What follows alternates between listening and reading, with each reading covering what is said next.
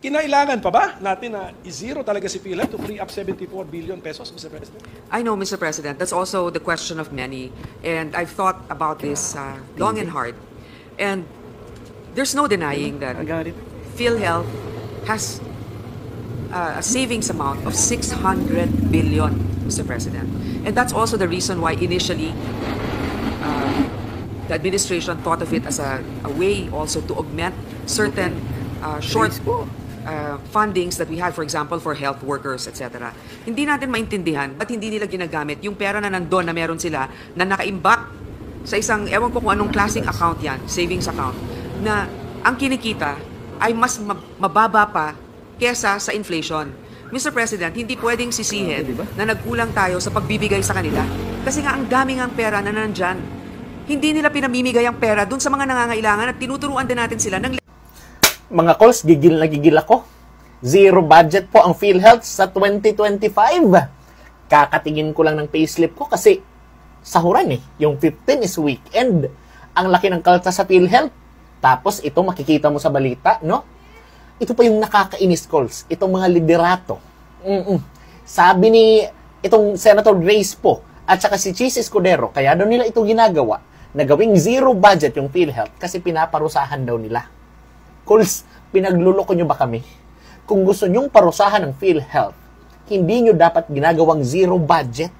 Tinatanggal nyo ang obligasyon ng gobyerno to subsidize para sa mga mamamayang Pilipino. Sino yung pinaparusahan nyo? Hindi po ang PhilHealth. Kaming mga mamamayang Pilipino na nagkukontribute, nagbabayad, pero hindi naman ganun kalaki yung nakukuha naming benepisyo kung sakaling nauospital kami.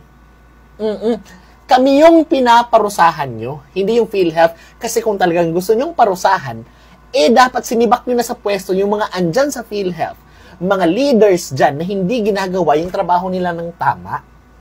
Pero itong gawin yung zero budget, pero iyong para sa ayuda at iba pang mga unprogrammed activities, ay may budget. Abay, napakalaking question po niyan. Pinagluloko nyo ba kami? Ha? Ito pa, calls. Hindi totoo na sobra ang budget ng PhilHealth. Nakapag-upload na ako ng video about that. Panuurin nyo to, ha? Ito mga calls, ha? Hindi mo kailangan maging accountant para maintindihan mo. Look at what I found. This is from Philippine PhilHealth Insurance Corporation Statements of Financial Position. Hindi ko po yan imbento. Sa kanila mismo galing yan, ha? At alam mo yung napaka-alarming dito? Merong negative equity po yung PhilHealth. Ano yung ibig sabihin ng negative equity? Ibig sabihin, yung mga bagay na pag-aari mo or yung current na mga assets mo ay hindi sapat yung value para bayaran yung mga pagkakautang mo or yung mga liabilities mo. As simple as that. Negative po yung equity ng PhilHealth currently. This is as of March 31, 2024. Tingnan natin ang maigi. Ang current assets nasa 237 billion pesos. Non-current assets nasa 374 billion pesos. Yung total na assets ng PhilHealth is nasa 612 billion pesos. Oo, malaking halaga po yan. So sabihin na natin na lahat ng pag-aari ng PhilHealth, lahat ng mga investments, kung meron man silang pinagagamitan ng pera, ay umabot sa 612 billion pesos. Ngayon ang tanong, ang mga bagay or ang total amount na kailangang bayaran ng PhilHealth, kasama na dyan yung mga insurance ng mga pasyente, yung mga nag-contribute sa PhilHealth na kailangang mag-claim ng mga benepisyo, pagkakautang ng PhilHealth, pasweldo sa mga tao, sa mga ospital, ay umabot sa 1.2 trillion pesos. Ganon kalaki po yung liabilities ng PhilHealth. So kung meron kang 1.2 trillion pesos or 1.25 trillion pesos na liabilities at meron kang 612 na assets lamang, ibig sabihin kulang pa yung pondo mo para bayaran yung mga pagkakautang mo.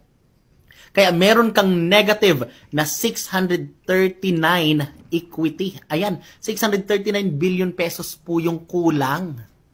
Oo, kasi 1.25 trillion yung utang, yung assets mo, nasa 612 lang, kulang ka pa ng 639 billion pesos.